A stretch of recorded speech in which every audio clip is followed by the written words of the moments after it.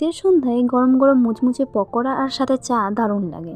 সন্ধ্যাটা একদম জমে যায়, কিন্তু টাইমের অভাবে সবসময় হয়ে ওঠে না। আজ সন্ধ্যাতে হাতে কিছুটা টাইম ছিল আর ফ্রিজেও দেখলাম আগের দিনের কিছুটা চিকেন ছিল, তো ব্যাস হয়ে গেল। আমি ভাবলাম যে আজকে চিকেন পকোড়া বানানো যাক। পকোড়ার জন্য আমাকে প্রথমে চিকেনগুলোকে আগে ভালো করে ম্যারিনেট করে নিতে হবে। তো তার জন্য আমার লাগবে ধনেপাতা আর কাঁচা লঙ্কার পেস্ট। এই পকোড়ার সাথে আমি বাঁধাকপি আর পেঁয়াজও কিছুটা অ্যাড করব, তাই আমি বাঁধাকপিটাকে টুকরো টুকরো করে কেটে নেব।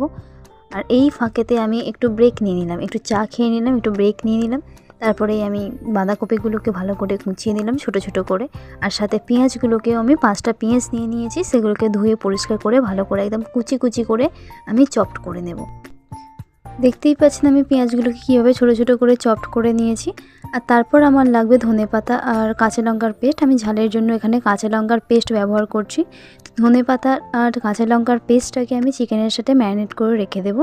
চিকেনের সাথে পেস্টটাকে মিক্সড করে আমি তার সঙ্গে কিছুটা পরিমাণে লবণ আর লেবুর রস দিয়ে আর গোলমরিচের গুঁড়ো দিয়ে চিকেনটাকে আমি ভালো করে ম্যারিনেট করে রেখে দেবো 10 থেকে 15 মিনিট, বা সেটা 30 মিনিট। 10 থেকে 15 মিনিট পর আমি সেই ম্যারিনেট চিকেনটার সাথে কুচনো বাঁধাকপি আর কুচনো পেঁয়াজগুলোকে অ্যাড করে দেবো।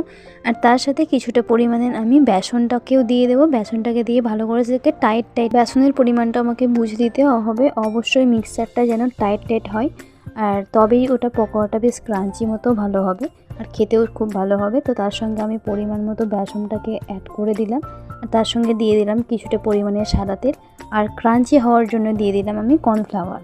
রঙের জন্য তার সঙ্গে কিছুটা হলুদ অ্যাড করে দিলাম। দিয়ে সেটাকে ভালো করে টাইট করে আমি মিক্সচারটা বানিয়ে নিই। বুঝতেই পারছেন টেক্সচারটা কতটা টাইট করতে হবে, তবে পকোড়ার শেপটা ভালো আসবে। তারপর আমি একটা কড়াই বসিয়ে নিয়েছি। কড়াই বসিয়ে আমি তেলটাকে গরম করে নেব। গরম করে নেওয়ার পরে আমি যে প্রথমে কিছুটা পরিমাণে দিয়ে আমি টেস্ট করব যে ওটার তেলটা গরম হয়েছে কিনা। তেলটা গরম হয়ে গেলে একে একে আমি পকোড়াগুলোকে দিয়ে দেব। তো পকোড়াগুলোকে আমি ডাবল ফ্রাই করব, তাতে ক্রাঞ্চিটা ভালো হবে। তো ফার্স্ট আমি মিডিয়াম টু লো ফ্লেমের মধ্যে পকোড়াগুলোকে ভেজে নেব।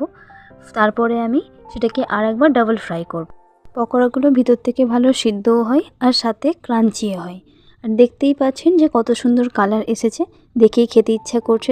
তো এই শীতের সন্ধ্যাতে সত্যি খেতে দারুণ লাগে পকোড়ার চা। একবার হলেও বানিয়ে দেখুন। ভিডিওটি ভালো লাগলে অবশ্যই লাইক আর সাবস্ক্রাইব করে দেবেন।